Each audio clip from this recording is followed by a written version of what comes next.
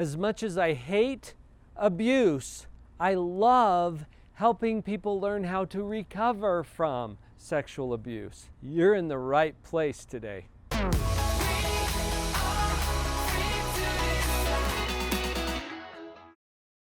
As a returning guest today, Leta Greene. You've done so much good in this world, Leta, and thank you for joining me again. Just trying to be as cool as my friend Dr. Paul. You know what, Leta? I knew you first as a speaker who gives presentations to groups and organizations, and you train on a variety of topics. And then suddenly, you get pulled into a whole different topic because of a Facebook post. Which most of my speaker friends have been like, this is a really bad idea to have this attached to your name because it is such a sticky, uncomfortable topic. Who's going to want to hire the lady who talked about that? But I put a Facebook post up. The voice of truth backed me up.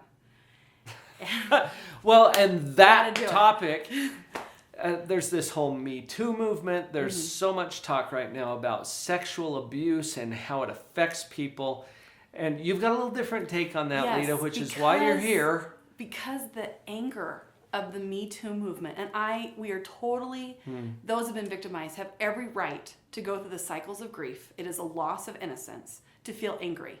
But anger is not a destination. And so here I am seeing all this Me Too stuff coming at me. I make this post saying, this is what I would say to my 14-year-old self. This is what I would say. And I'm talking about the fact that my friends don't know this, not because I'm hiding it, but because it's no longer a defining part of my life. It's an event. That's what I was thinking. It doesn't define you. It's made me better. And I almost hate to say that when I know the girl I was like, what do you mean it makes me better? This hurts so bad. But I have empathy. I have better judgment. I'm a better mom. I'm a better wife. There are so many things that's enhanced who I am because I've done the self-work. Took a long time, but to where it was just like, okay, there you go. It's over here. And then I'm realizing that the Me Too movement, of the anger in it, that there are millions of victims and millions of people like me that do not connect with the let's go get them and string them up and the anger. And that message is not the message I want to send to the little girl in me, the little girl that has gone through this, and the little boy who's gone through this, or my child if something like this happened to them. Well, it's understandable, Leta. Completely understandable. It doesn't contribute to a solution or to recovery or to healing. It divides. And to recognize that many sexual abusers were also once victims. Right. Yeah, it gets perpetuated. So there's all these levels of shame that lead to this being this secret plague in our society that we don't want to talk about. So Leta, rather than that, how about we do talk about... We're talking about it. How to recover, because you've experienced this yourself. You've chosen not to let this define you. There are some fairly clear steps, in fact, just a few simple steps that I think people could follow in this recovery. Can you illuminate that for us? Okay, so first and foremost, you have to sort out blame. Now, when a dictatorship takes over a culture, a country, they start controlling the words. So to define what blame means is who caused it. Okay. Simple Western. Because it has a lot of victim connotations. We're not going there. And we're not simply blaming other people. It's, this is who caused it. Injury. Okay, now that gets sticky because people say, well, they were dressed a certain way. I mean, I was accused because I sat on men's laps. Seriously, as a 3-year-old child, that was people, right? Well, yeah, and people will have all kinds of goofy philosophies about... They were a child. Can we just cut to the chase? Who is to blame? 100% the perpetrator. 100%, no matter Wait. 100%? 100%. Because you cannot work on sorting out your self-work that you have to do. You've been dumped with a mess in your lap. If somebody came up and threw a bunch of poo in your lap, and you were like, even if there was like a joke before, like, ha ha ha ha, wouldn't that be funny if I threw poo? Doesn't matter. You didn't really think they were going to do it. And, making it simple for kids, right? That somebody did that. You still have a mess you have to clean up, but that does not mean that you caused it. Somebody else threw that upon you. This is helpful, Leta, because if we define blame as who caused this, even if it's 100% the perpetrator. On the perpetrator. Right. Are we clear about that? Even if they were dating, even if they are married, because sexual abuse and assault happens within a consensual relationship, but if that event was without consent, it is sexual abuse. Can I introduce another word here? Yes. More words. Because I often, in the models that I teach, I will compare and contrast blame with responsibility. Yeah, that's another word. Does that trigger something Yeah. for you? Okay. Now, and in my book, I break this into two words: responsibility. So how you respond. Your ability to respond to something. Right. So, as a victim of abuse, you are not to blame. You did not cause this. I think she said 100% it's on the perp. 100%. You do have some responsibility. Yes, and you can't ask Talk about that. your attacker or your abuser to give you permission to respond. Well, And you this- could, but that would put you in a perpetual victim mode. Right. So you have to understand you didn't cause it. So just let go of all that shame and the guilt and the poop and everything that goes with that, because that's holding you back from being able to go, okay, now what am I going to do about it? And as a 3 and 4-year-old child, there's very little that you can do. So if you're dealing with something that happened years or decades before, you now are able to sort out, it was their fault. Okay, what am I going to do? And now what? Sadly, the responsibility to fix this is on you. You didn't cause it. Right. It's not your fault that it happened, no matter what the circumstances were, but it is your responsibility to solve it. And this is where it's really sticky, because we have this thing in society of, well, they should take care of it, and when they take care of it, then I'll be okay. And we blame other, we're blaming and victimhood. How would that possibly ever happen?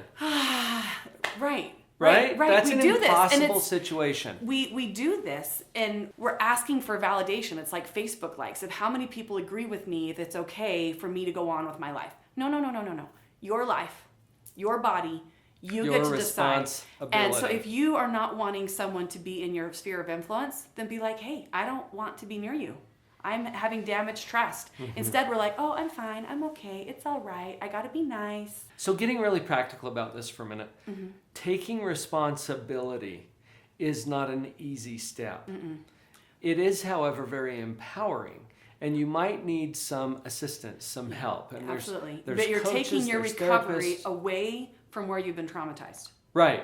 You're and you're taking putting it it right away back from into your control. You're not asking your attacker or those who are not supportive of you to be okay with you taking control of your life. Right. This is your head, your thoughts, your life. You get to decide who spends time in there. Yes. And when you have been victimized, you are running it through a filter of if they're okay with it or not. And you have to stop that by putting the responsibility of their part on them. And it kind of leads to like a forgiveness thing. It does not release them. I love that word. Yeah, I do. And people are like, what do you mean I'm supposed to forgive my attacker?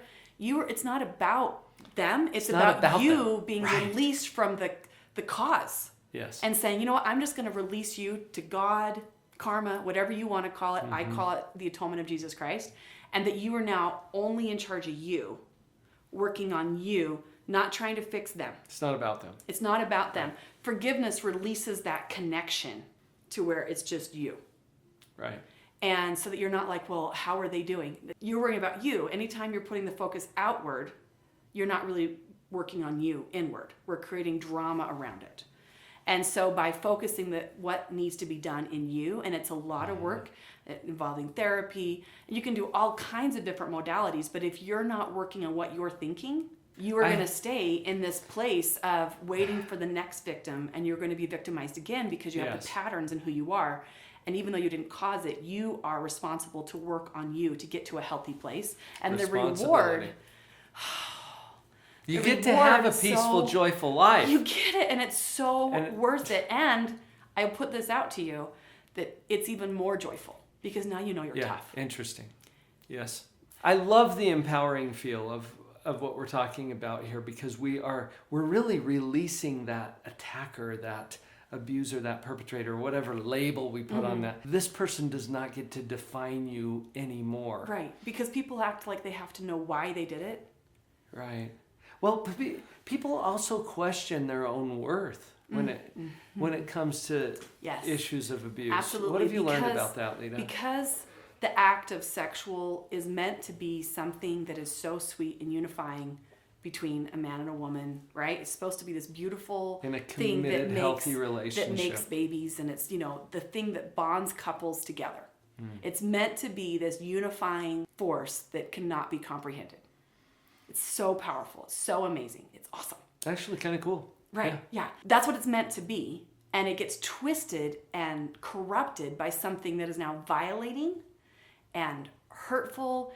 And I like to refer to it, he who is poopy. You know what? It's always when I bring moms on my show that I hear that word. What is up with that? It's kind of my word though too. So wants you to feel that you are worthless. And so things like this that you can clearly define as what biblically would be called sin, right? It's not, the sin's on them, not you, right? So separating that's why you forgive, so you can move on and be you. It's meant to be this beautiful thing that they have twisted and corrupted, and so it is so violating to your inner soul because it's not what this was meant to be. Yes. And so you think that you are somehow damaged goods, a used tissue, but your value is not set by your attacker. Your value is not set by society. Your value is not even set by you. Maybe it's established before all of that. Yes. Your value is that you are you and that you are divine and infinite. And I believe in God and that God made us special and perfect and unique in all of everything. You know, the old analogy, you take a dollar bill and you crumple it up, it's still worth $1. Even though that dollar doesn't like that it was crumpled up, it's still worth $1. We're all $1 million, billion, trillion dollars of worth. But the poopiness, the darkness, the evil wants to say that that has now been taken away from you, and it is not. You just can't see it.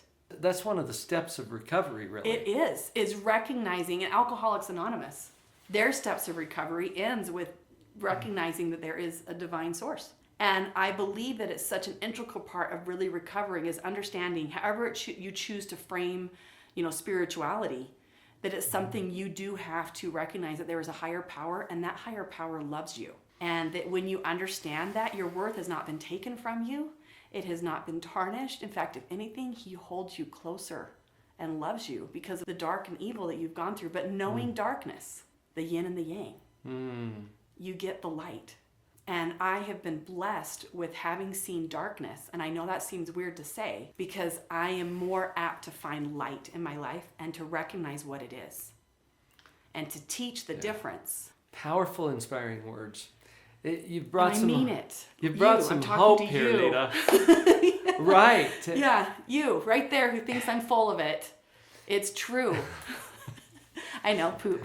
Talking about poop again. Yeah, Leta brings her fun little words, but you know what? You're coming from a place of experience. The hope that we can create as we realize, you know what? Our worth does not depend on what anybody has said about us, has done to us, what has happened to us, even whether we still have all of our parts or not. I mean, does an amputee have less worth than someone who's got a... See, that makes it so clear. It's like, how would you say that to someone? They're no less of a person because they lost their leg. And because you have lost a piece of your heart, well, you can recapture that. So recovery, absolutely possible. Get whatever help or support that you need. We're part of your team. Yeah. That's why you're here on this video. We've got other resources that we're creating. And we want to help you to understand that you're not at fault. You are responsible to fix your life because no one else can do that for you. That's your job. Sorry, I know that seems mean, but as long as you're asking anyone else to fix you, they will fix you over in how they think you should be fixed. Your worth is fixed and it's great, and you can't diminish it. No, so you can't. Connect with and that. No one else can diminish it either. You just can't see it. You know what? You've got this. Yes, you do.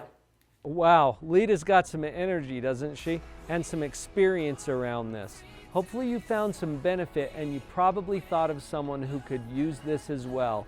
Please share.